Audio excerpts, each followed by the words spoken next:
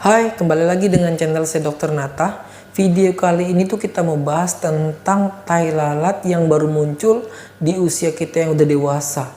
Apakah berbahaya atau enggak? Teman-teman pasti ada yang pernah bertanya-tanya, "Dok, kok usia saya sudah 25 tahun, tai lalat saya baru muncul sekarang ya? Dok, tai lalat saya muncul waktu SMP. Itu berbahaya enggak?" Terus kira-kira kalau sudah muncul, apa yang harus kita lakukan? Sekalian saya mau bagi tips bagaimana cara ngecek tai lalat yang baru muncul apakah berbahaya atau enggak dengan metode yang sederhana, cepat, nggak perlu alat yang aneh-aneh, bisa kalian lakukan sendiri di rumah. Oke?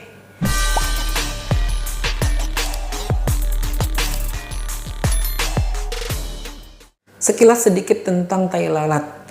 Dia tuh merupakan bintik hitam sampai kecoklatan yang ada di kulit kita, yang timbul dari sel pigmen di kulit kita yang bergerombol. Ada yang bentuknya menonjol, ada yang rata dengan kulit, ada yang kecil, ada yang besar. Sebagian besar merupakan jinak, tapi ada beberapa yang bisa berubah menjadi keganasan atau kanker. Salah satu ciri tai lalat yang merupakan kanker atau keganasan biasanya dia muncul di usia yang dewasa atau setelah besar baru punya tai lalat, atau tai lalat ini tuh baru muncul waktu kita tuh sudah besar kayak gitu. Tapi tenang, walaupun tai lalat kita muncul di usia besar, dewasa, gak semuanya bisa jadi keganasan, bisa juga jinak. Makanya video ini saya buat, saya mau ajarin bagaimana cara ngecek tai lalat ini ganas atau enggak dengan metode yang sederhana. Nama metodenya tuh A, B, C, dan E. Teman-teman bisa lakuin ini sendiri nih di rumah. Teman-teman bisa cek tai lalat teman-teman sendiri di rumah. Oke, metode A, B, C, dan E ini sudah digunakan di dunia dan biasa digunakan di luar negeri. Ya, sekarang tak bagiin tipsnya.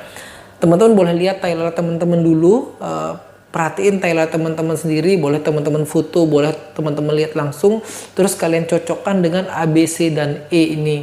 Oke, yang A itu asimetris, jadi bentuk yang kiri sama bentuk yang kanan itu beda, nggak bulat utuh, jadi ada yang ulet, ada yang mungkin bentuknya begini, jadi dia itu nggak simetris, nggak bulat utuh bentuknya kayak gitu, nggak bulat atau nggak lonjong utuh, bentuknya itu nggak jelas. Terus jadi teman-teman kalau ada tai lalat teman-teman yang nggak bulat, ya coba diperhatiin baik-baik. Ini harus dikonsultasikan. Terus yang kedua tuh yang B. B itu border.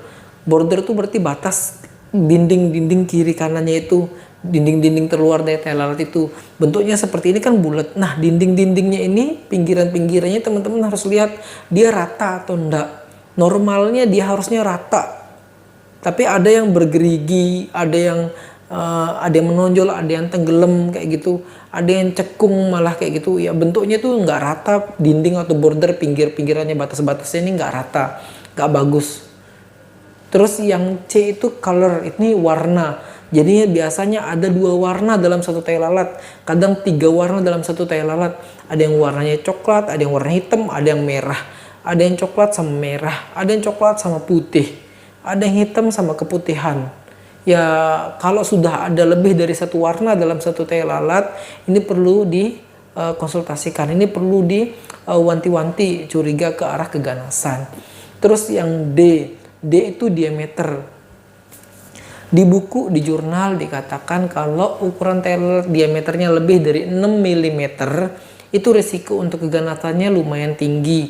Jadi coba teman-teman tai lalatnya teman-teman ukur pakai penggaris, kalau lebih dari 6 mm, konsultasikan, nggak usah dibiarkan. Yang E itu evolving, ini perkembangan. Ini tai lalat teman-teman tuh teman-teman lihat dan perhatiin bulan ke bulan, hari ke hari, tahun ke tahun, teman-teman perhatiin dia semakin membesar enggak, ada perubahan, dia berdarah enggak, dia bentuknya jadi agak aneh enggak, dia mengecil menciutkah. Ini perkembangan. Kalau dia ada perubahan tai lalat dari bulan ke bulan, hari ke hari, perubahannya drastis dan signifikan, ini harus dihati-hatiin gitu.